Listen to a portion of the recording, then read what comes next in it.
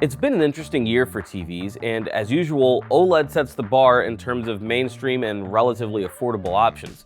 I say that because while manufacturers like Hisense do have micro LED or trichroma mini LED RGB TVs available, they're just priced so high that the average consumer can't even consider them. So while we wait for that tech to trickle down into everyday TVs and potentially compete for the title of Best Overall Picture, we do so with OLED still on the throne, and in this video, we'll lay out some of the best options to consider. Welcome back to the channel, everyone. Whether you're planning an upgrade or just keeping an eye on prices, it's always good to get a refresher on what some of the best options are, especially as TVs continue to go on sale and you start to weigh price against performance. We'll start with a few budget options that are still great TVs, by the way, and work our way up to the best of the best. The LG B5 is a stellar option that really doesn't have much competition for the price. Sansui released a 55-inch OLED a year ago that was priced under $1,000 and then debuted new versions, including 65 and 75-inch models back at CES in January 2025.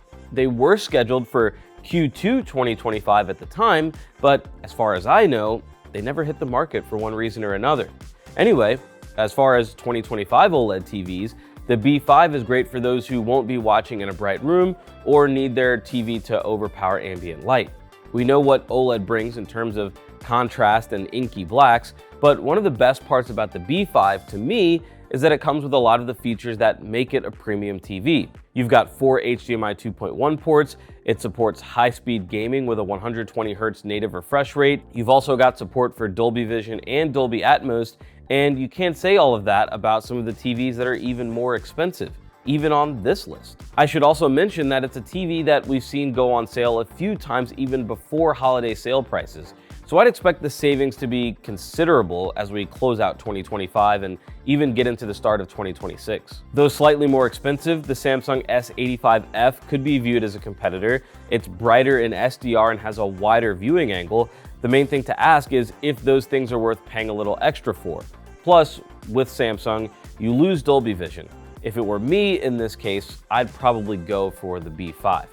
For those drawn to the Sony brand, an interesting TV that we haven't talked much about this year is the XR8B. And if you're confused about the naming and where it sits within the lineup, you're definitely not alone. It's basically a repackaged version of the Bravia 8 that came out in 2024. The main difference with picture quality is this version lacks the XR contrast booster of the original Bravia 8. But the main reason the XR8B makes this list is for the price. The 65-inch model retails for $300 less than the Bravia 8. And for most people looking for a budget OLED, the savings are worth skipping that contrast booster, not to mention it's usually a good idea to turn off some of the extra processing features. For what it's worth, and it may not be much, I haven't seen the XR8B with my own eyes, but I did find the Bravia 8 to be an enjoyable TV to look at when we reviewed it last year.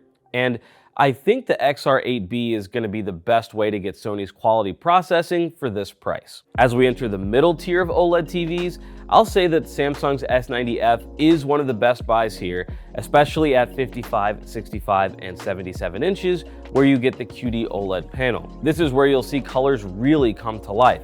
And since Samsung's gone with the matte anti-glare finish on its flagship OLED and mini LED options, this S90F, which sits below the S95F, is the best OLED Samsung offers with a traditional glossy screen. Saying all of that out loud, I realize it might have been a little confusing, so let me just reiterate real quick.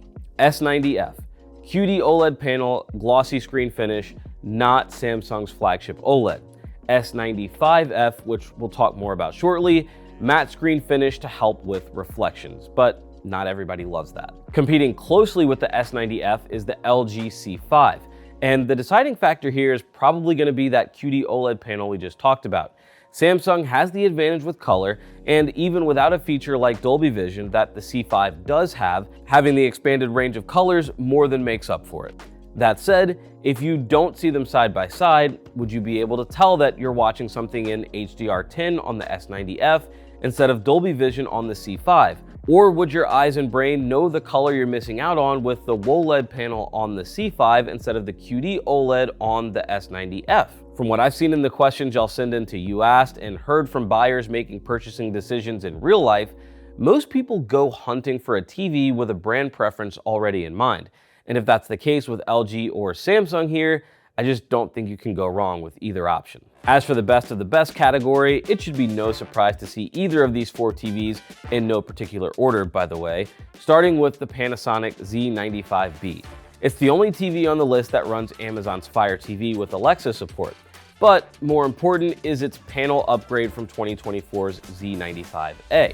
The 2025 edition uses the tandem RGB OLED panel that we see in the next TV we'll talk about on this list as well. That gives it a significant color advantage over most standard OLED panels. Where the Z95B stands out among competitors, though, is in 2 other areas. One is with its exterior and a speaker on the bottom that basically acts as a built-in soundbar. It's a big step up from an overall sound standpoint and certainly helps with dialogue clarity. But this is also one of the few TVs to support both HDR10+ and Dolby Vision. Most brands, for lack of a better phrase, seem to have chosen one side or the other. Samsung supports HDR10+ and not the other. Sony and LG, among OLED manufacturers, support Dolby Vision in their TVs, but not HDR10+. So if you have a preference there, that's worth noting. But my unofficial statement on the matter, both formats look damn good, and I think a lot of it has to do with marketing.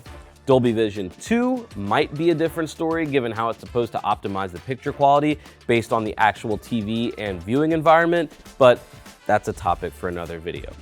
Moving on, as teased, the LG G5 also features a tandem RGB OLED panel, upgrading from the MLA panel used in previous models, and it's a noticeable difference in terms of brightness and color volume. Where it differs from the Z95B is its native refresh rate of 165 Hz instead of the 144 Hz on the Panasonic. The G5 is also a bit brighter and has 4 HDMI 2.1 ports instead of 2 HDMI 2.1 and 2 HDMI 2.0 on the Panasonic. But that probably matters more to gamers and those with lots of high-quality external devices more than the average viewer. Next up, the Samsung S95F, which definitely comes with a few differences from traditional TVs. The most obvious is the anti-glare screen that we talked about a bit earlier. And I'll note that in a dark room, you may not even notice that much of a difference between that and a glossy screen. But there's also the lack of Dolby Vision, which between this and You Asked, I feel like I talk about every week. Other than that, it's really hard to separate how good some of these TVs are, as evident by the results of Vincent Teo HDTV Test's OLED Shootout. The S95F is just about everything you could ask for in a premium TV in a variety of scenarios, but especially viewing in a bright room. Finally, we've got the Sony Bravia 8 Mark II. Like the Samsung S95F, it's a QD OLED TV, but not quite as bright for SDR viewing. And it supports a 120 Hz native refresh rate compared to higher rates on other OLED TVs in this top tier. Where Sony hangs its hat is on processing and upscaling low-resolution content. We've seen them excel for years in this department, and it's no different in 2025. The main knock on the Bravia 8 Mark II is probably that its predecessor, the A95L, was so good that it may not feel like this new Bravia 8 was that big of a step up. Some even say the A95L was better. But either way, the Bravia 8 Mark II is a stunner of a TV, and if you've got the bank account to support the purchase, you will not regret it. Honestly, you probably won't regret any TV on this list as long as you don't overspend. For the price, these are some of the best that you can buy within that range, and they're generally regarded as some of the best in terms of picture quality. That said, if I'm forgetting something or you want to weigh in, by all means, do so in the comments. Thanks as always for watching, and we'll see you again soon.